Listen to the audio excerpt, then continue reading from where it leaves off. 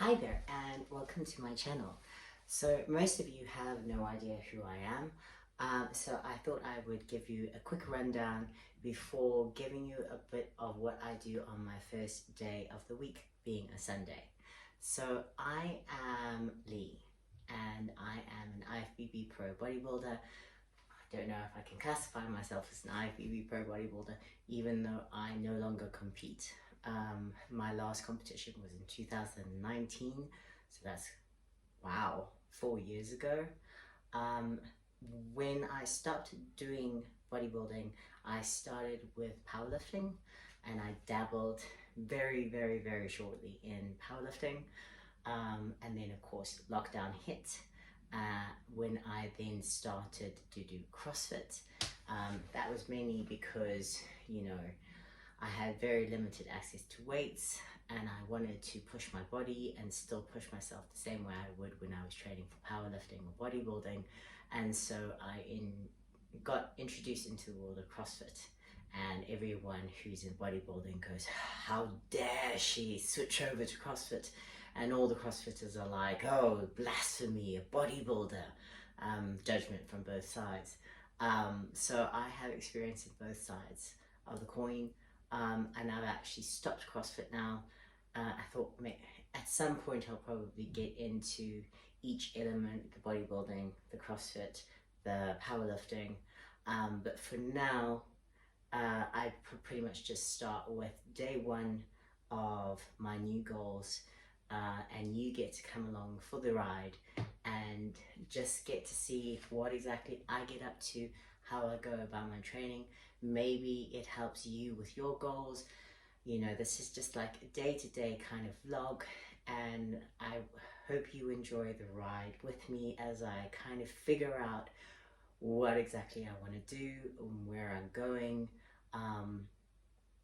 So as I said, I actually started when I was in bodybuilding. I actually started bodyweight. I didn't have access to a gym. The most equipment that I had was elastic bands. So a lot of my training is actually going back to the basics. So training from home, elastic bands, body weight, and funnily enough, that is some of the hardest training that I do at the moment. And then I also am trying to get my strength back.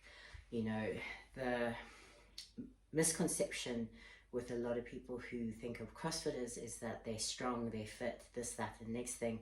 And, a lot of them do have that combination. However, for me to get fitter, I sacrificed a lot of strength. And that is the general rule of thumb. It's kind of like you're either strong but not fit, or fit and not strong. And in order for me to get strong, in order for me to get fit, I sacrificed so much of my strength, and I miss that. That was kind of like my confidence building area. That was like a part of what defined me, and I miss being that little bit stronger. So I'm currently starting a new strength cycle tomorrow. Today is rest day, and when I rest, I literally don't do anything. I just do work from home.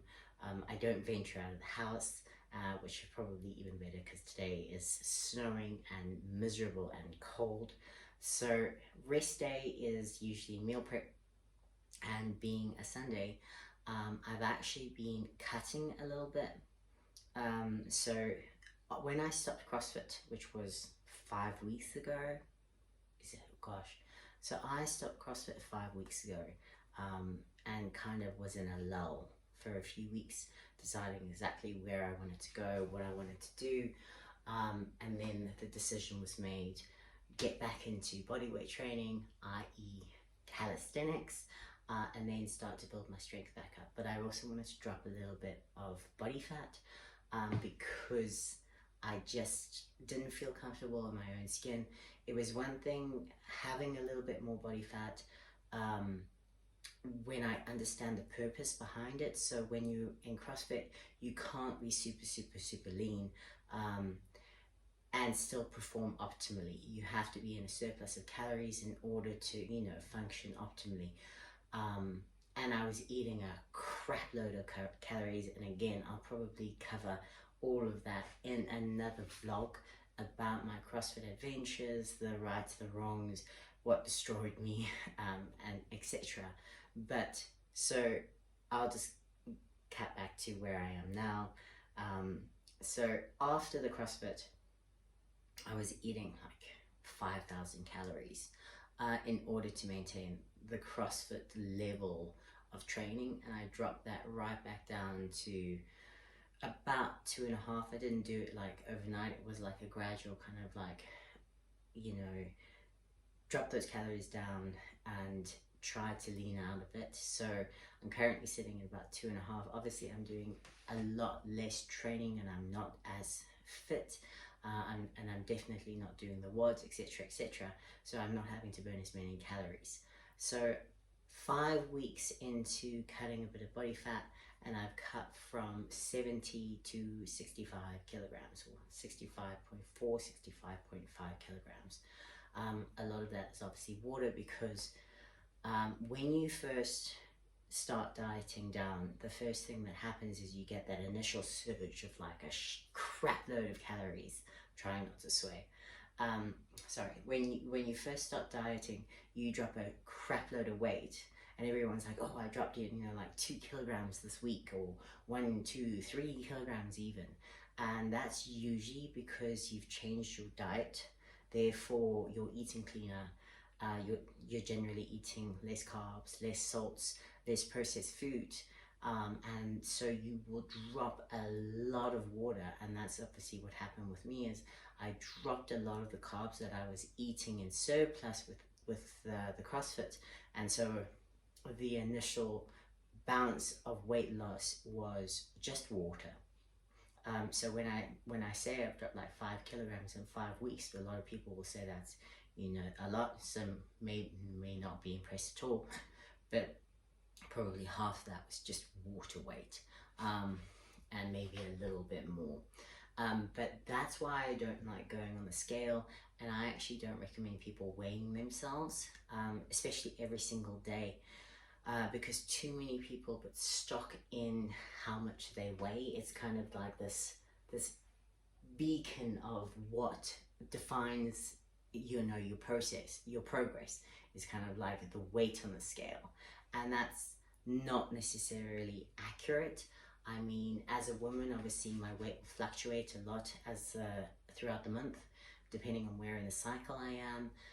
But other things can affect your weight, such as water, such as salt, how much salt you're eating, if you've eaten extra carbs, you know, if you're on macros especially, and you're eating more flexible, you know, you may eat completely different from one day to the next in terms of your carbs, what you're eating, salts, etc.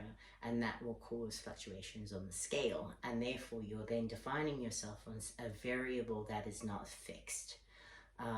And that can be very disconcerting, especially when you feel like you might be starving yourself or depriving yourself of so many things when you're cutting, and then all that validation goes out the window because you step on the scale and you're like, you know, a kilogram up or something like that.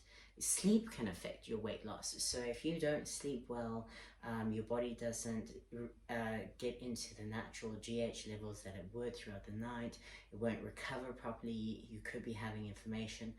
Like, there are so many variables when it comes to weight loss that relying on the scale in and of itself isn't necessarily a good thing. I know the one person recommended weighing themselves every day, because then of course you can track and get the average. So say you weigh yourself every single day, you take all of those and divide it by 7, and that will give you average weight of the week.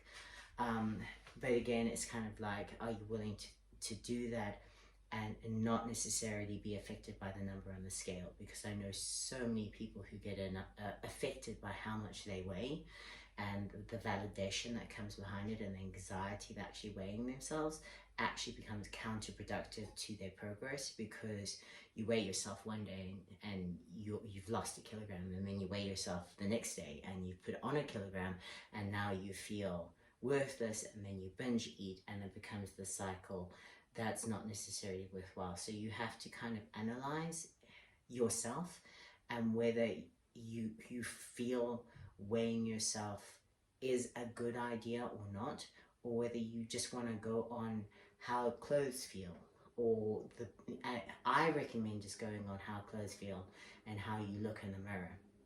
But another thing that I do is also body fat percentage. So not the scale, because I don't trust the scale either. You know, you get those fancy scales that will send electrodes through and tell you what your body fat is, or you hold on to the hand one, and that's also could potentially not be accurate, because say you're holding more water or less water. If you're dehydrated, that will affect how the currents circulate throughout your body and may put the number off slightly. So again, it's not necessarily an accurate representation of what's actually going on, but it's one of those, choose your method of tracking your progress and stick with it. So if you're doing it that way, then stick with that way and that scale, and only that scale. Don't, vary between scales or this, that, and the next thing, because the moment you start increasing more variables, there's more chance of an inaccurate representation of what's going on. And number one always goes back to, how do my clothes fit and what do I look like in the mirror? Because that's probably the most accurate representation of what's happening with your body. Anyway, I'm faffing and talking a lot, but I just wanted to get that all across to you before I start. So I do calipers, a 4-point caliper test. Literally, I have the big ones, and it's measured in millimeters, and then I do 4 points, being the tricep, the side of the hip, the abdomen, and then the thigh. So I'll run through that with you, and you can get an idea of exactly what I do, and how I go about doing it. Yeah, so I've been doing this every Sunday. I do it on myself, because again, it's one of those, if you're going to do something like pinch test, do it yourself or get the same person to always do it, because it's hard enough trying to pinch the same area every single time. So eliminate as many variables as possible. So if you're going to do it yourself and try to get the same pinch area. If you're getting someone else to do it, get the same person to do it, preferably every single time, just to limit variables to what could potentially go wrong. And again, this isn't necessary. You don't have to measure your body fat. You can just go with how you're feeling in the mirror. But coming from the bodybuilding world, I do like to track my progress a bit more accurately, just to give me a better idea of exactly what's going on, because as I say, I don't trust the scale that much, and I like to just monitor it a bit closer with the body fat. So I did weigh myself this morning, and I'm 65.4, 65.4, 65.5. Again, I weigh myself a few times just to check that the scale's accurate and rounded to the same number. It was 64, 65. Sorry, 65.4, 65.5. So that is my weight. So then, I don't also do a million calculations. Literally go onto Google. Google's your friend, and look for 4-point caliper test. I like to use one by bizcalcs.com. That's always the one I use. And maybe I'll just put it on the screen. But it looks like that. Can you see it? There we go. So that's what I use. Metric. Female. 35. Weight. So as of this morning, I'm currently weighing 65.4. So just over 65 kilograms. So we will do body fat, check where that's at, and take it from there. I can't do decimal points, so just 65. Right, so the first one, and now I've got to undress because it's freezing fucking cold, but I've got to do that. Teenage Ninja Mutant Turtles for the win. Okay, so the first one you have to do is your tricep. So I hold quite a bit of fat compared to other spots in my tricep.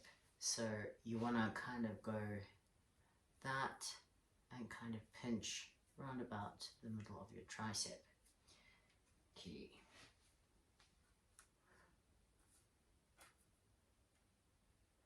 So that's 5. I pinch it 3 times. That's 6. That's 6. Just do one more because I felt like that wasn't. That's 6. Okay. So then you import 6 into the first one being triceps. Right. The next one is thighs. Right, which means I need to drop in pants. Sorry. Can you see? You can't see me. Okay, that will have to do. Right, so again, that's kind of what my thigh looks like at the moment. Okay. Right, so you want to again do a cross kind of like from there and there. Pinch the center. Don't put weight on it, so don't do it weighted. Do it like that. Fuck, it's freezing. Right, so I've got 9, 8,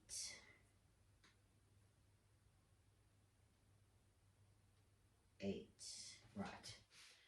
So that's the second one. Again, this is just me. If you feel I'm doing something wrong, sweet. This is the way I do it. You could do it differently. The point is, do it yourself, or get the same person to do it, and fuck what the internet thinks. Because people will always be judgmental assholes, and yeah. So then we've got to do the next 2 measurements, which is here and there. So first one is the side of your hip. So there's the hip bone. Okay, so you want to do at an angle just in front of the hip. Okay, so thigh was 8. Actually, I'm just going to go with 9. So the higher measurement of the 3. Okay, so preliac. So let's go back up a little bit. Okay, so preliac, so that's again the little bit that you can pinch above there. Whoop. Okay, so that's 4. 4. Okay, that seems to be about 4. Okay, and then the last one, you take the pinch just to the side of the belly button. Okay, 4. 4. 4. Right, so that's the 3 measurements. Okay, so we got 4. We got 4. So that's sitting at 9%. I think I'll just take a screenshot and put that on the screen. But so that's where I'm sitting currently. That is right, 9% body fat according to the BizCalcs. So again, take this with a huge pinch of salt. So I'm at 9% body fat, but that is calipers, which always gives you a far leaner body fat percentage than what you actually are. So the only really accurate body fat percentage calculators is actually, I can't remember what they're called, but it's essentially the one where you submerge yourself in water. um, it's like a pod or something, and then there's one other or two other ways that are extremely accurate. um, the body fat caliper test does give you slightly lower body fat than what you actually are. So say it's giving me 9, it's probably closer to 13, 12, 13 for a female. Yeah, so that's where I'm at.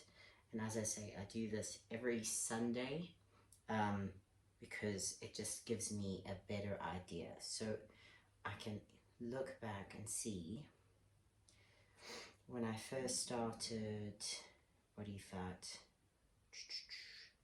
My first one, I was sitting at 11% body fat, so I've dropped to 9, which is 2, I think, 9, 10. I suck at maths. 2. Yeah. So that's kind of where I'm at in terms of my body fat.